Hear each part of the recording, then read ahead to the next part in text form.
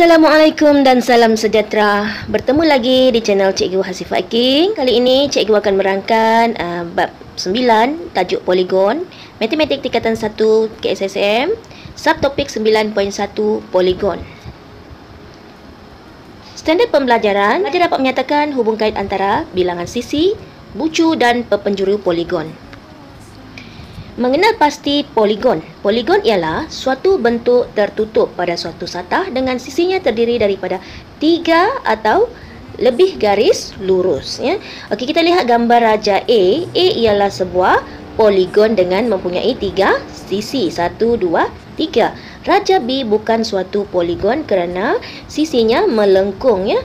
Okey, raja C bukan suatu poligon kerana ia bukan bentuk tertutup. Ya. Jadi pelajar kena ingat poligon ialah bentuknya tertutup dan sisinya semuanya garis lurus. Paling kurang adalah 3 sisi. Dalam sebuah poligon, sisi ialah garis lurus yang membentukkan poligon itu. Ya, sisinya yang ini. Okay, B, bucu ialah titik di mana dua sisi bertemu.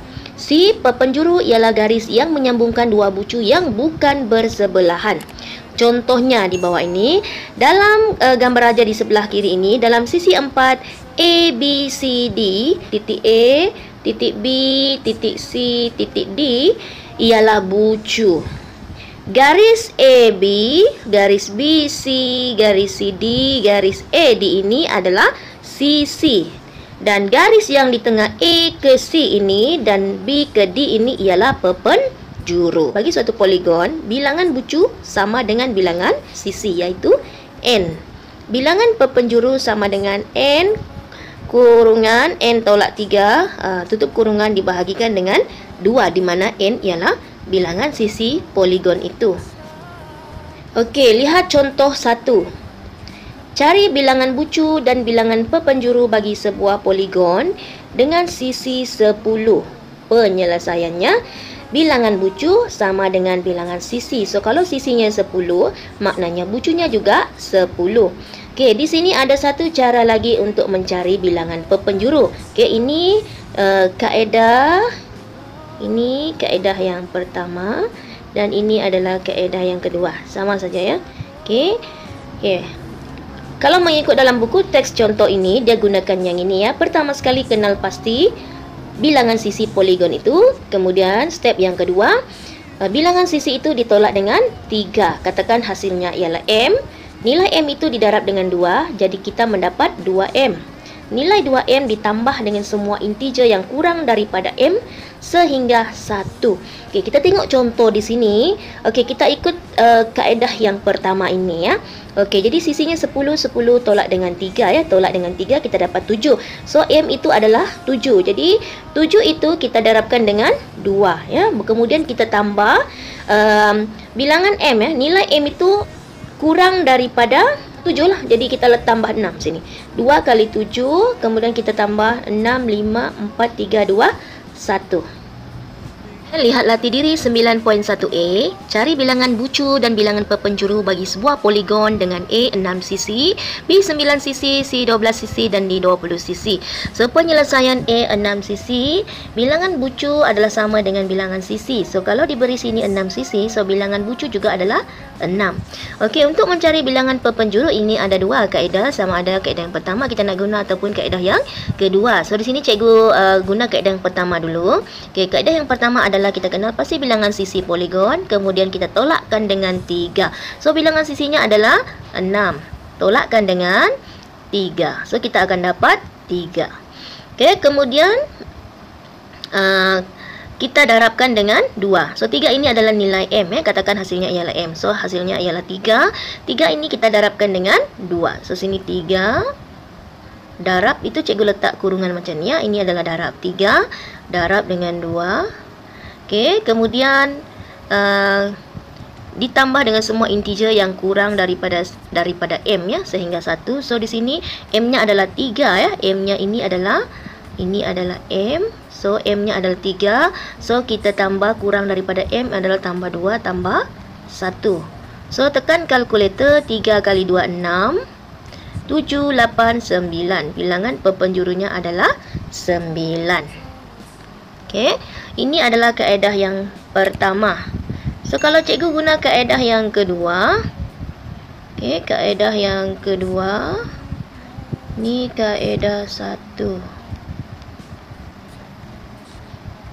Okey, kaedah 2. Cari dulu bilangan perpenjuru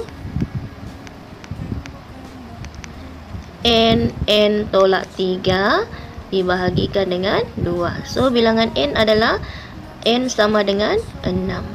So sini 6, kemudian 6 tolak 3 bahagikan dengan 2. So 6 tolak 3 akan jadi 3. 6 kurungan 3 itu maksudnya 6 darab 3. So 6 darab 3 18. Bahagi dengan 2 kita akan dapat 9, ya. So sama sahaja bilangan perpenjurunya adalah 9. Jadi terpulang dari pelajar sama ada menggunakan kaedah yang di buku teks yang pertama ini ataupun menggunakan kaedah yang kedua. So untuk soalan B, C, D itu pelajar cuba buat sendiri, ya.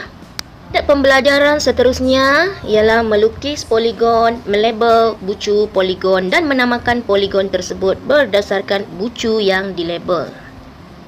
Poligon dinamakan mengikut bilangan sisinya, ya. Tengok, ya, segitiga, bilangan sisi 3, sisi 4, pentagon, hexagon, heptagon, oktagon, nonagon dan dekagon. Okey, poligon, ya, di sini cikgu sertakan dia punya bilangan sisi, bilangan bucu, bilangan perpenjuru. Okey. Boleh kalau pelajar boleh ingatlah, kalau tidak kita gunakan formula ini dan ada lagi satu formula yang tadi cikgu sudah sebutkan. Suatu poligon boleh dilukis dengan mengikut langkah-langkah berikut. Pertama, kenal pasti bilangan sisi poligon itu. Yang kedua, tandakan bilangan titik yang sama dengan bilangan sisi. Yang ketiga, sambungkan semua titik itu supaya menjadi satu bentuk tertutup. Akhir sekali, labelkan bucu-bucu dan namakan poligon itu. Lihat contoh 2. Lukis sebuah poligon dengan 6 sisi, kemudian labelkan dan namakan poligon itu. So, pertama sekali kita buat titik-titik. Okey, 6 sisi, so 6 titik. Okey, kemudian kita sambungkan, ya. Sambungkan titik itu menggunakan pembaris, ya. Jadikan dia bentuk tertutup. Dan akhir sekali kita labelkan, ya. Cara melabel di sini, ya, tengok tip bestari. Bucu-bucu sebuah poligon selalunya dilabelkan mengikut susunan abjad dan poligon itu dinamakan sama ada mengikut arah jam ataupun lawan arah jam. A, B, C, D, E, F dia lawan arah jam. So poligon ini adalah 6 sisi. 6 sisi namanya adalah hexagon.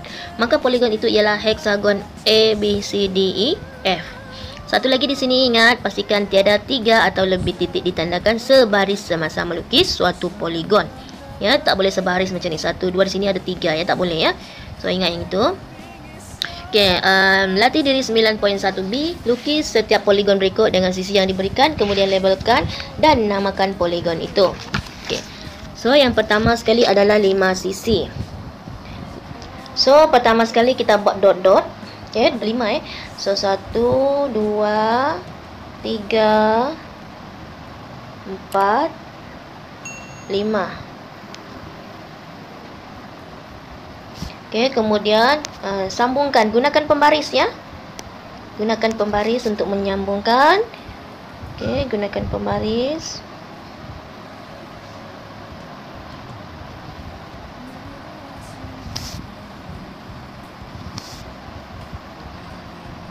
Okey, kemudian kita labelkan sama ada ikut arah jam atau lawan arah jam. So sini cikgu labelkan ikut arah jam. So sini cikgu letak A, B, C, D, E.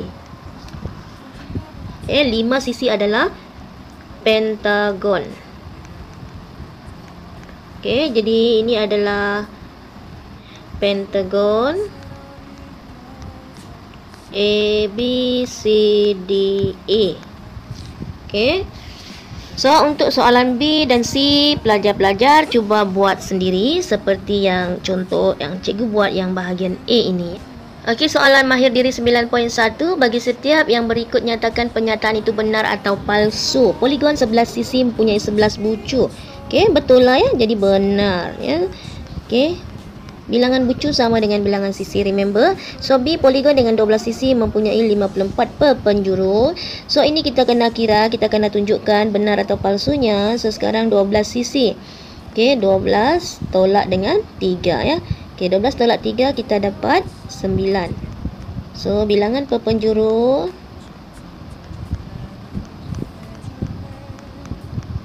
adalah 9 ini didarab dengan 2. Okey, kurungan.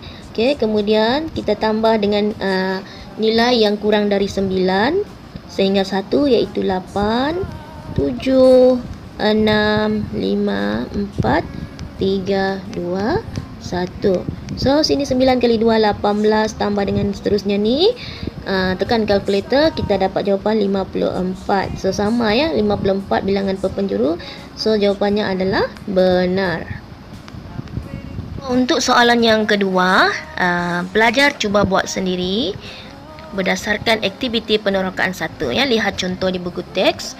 Kemudian lukis semua penjuru poligon itu secara sistematik. Pastikan pelajar-pelajar menggunakan pembaris. Itu sahaja. Cikgu ada sediakan soalan tambahan di bahagian deskripsi video ini.